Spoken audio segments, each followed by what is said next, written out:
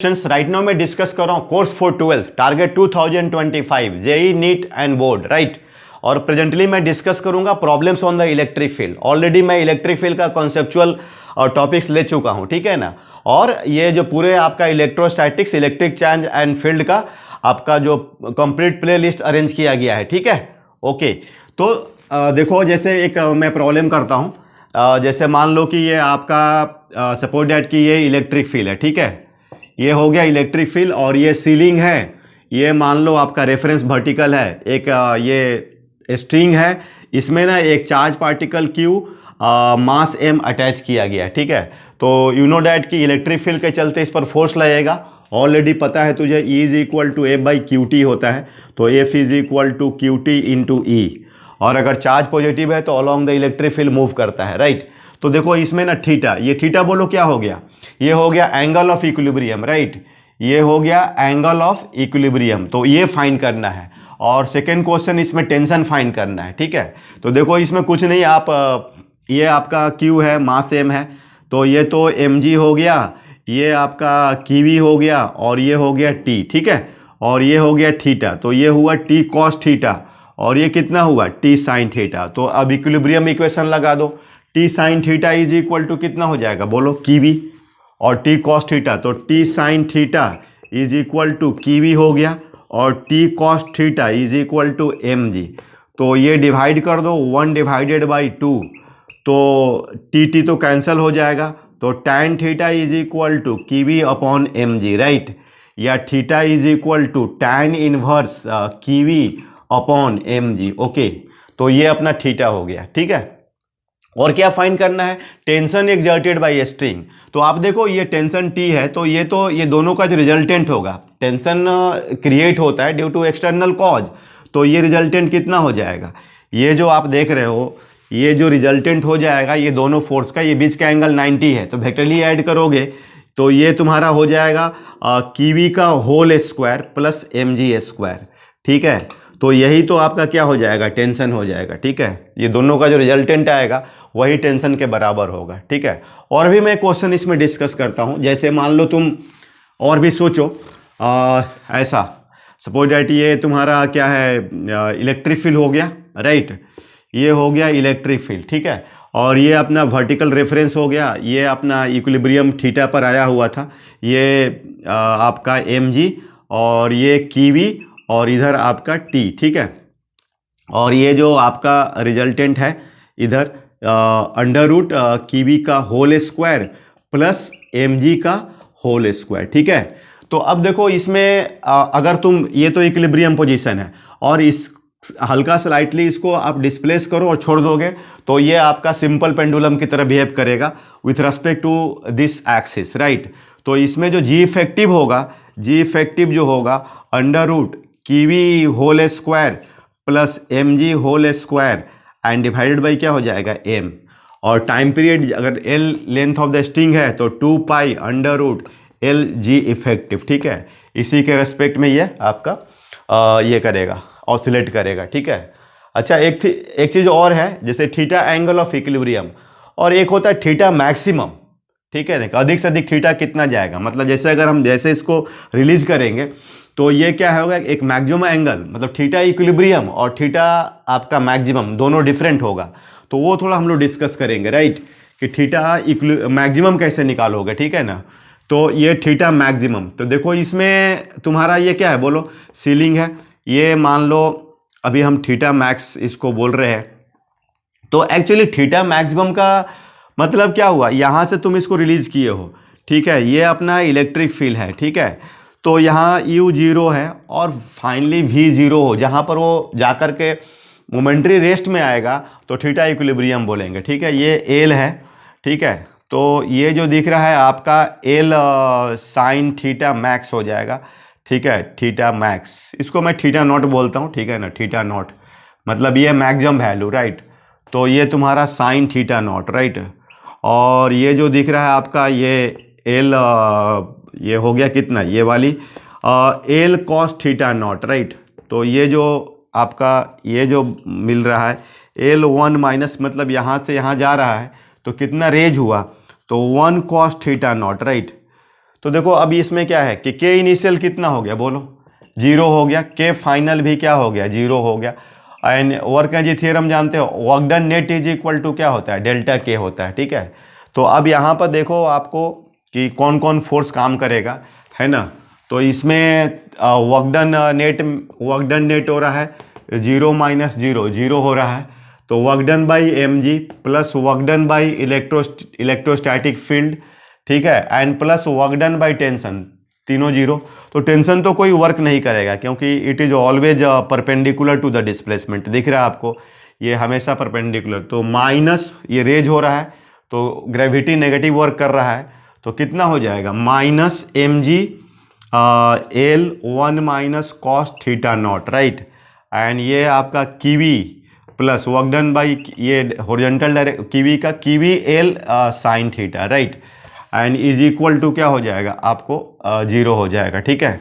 तो इसमें तुम्हारा ये minus M G L 1 minus cos theta naught ये हो जाएगा 2 साइन स्क्वायर,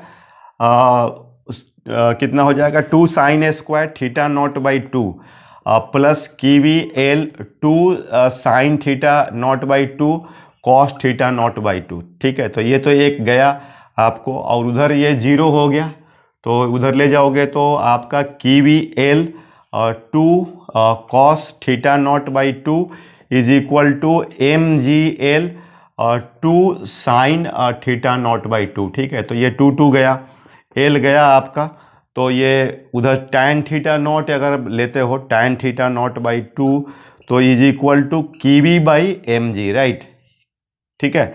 तो theta not by 2 is equal to tan inverse KV upon M G, तो theta not is equal to 2 times tan inverse KV by M G. तो ये आपका theta not का maximum value हो गया।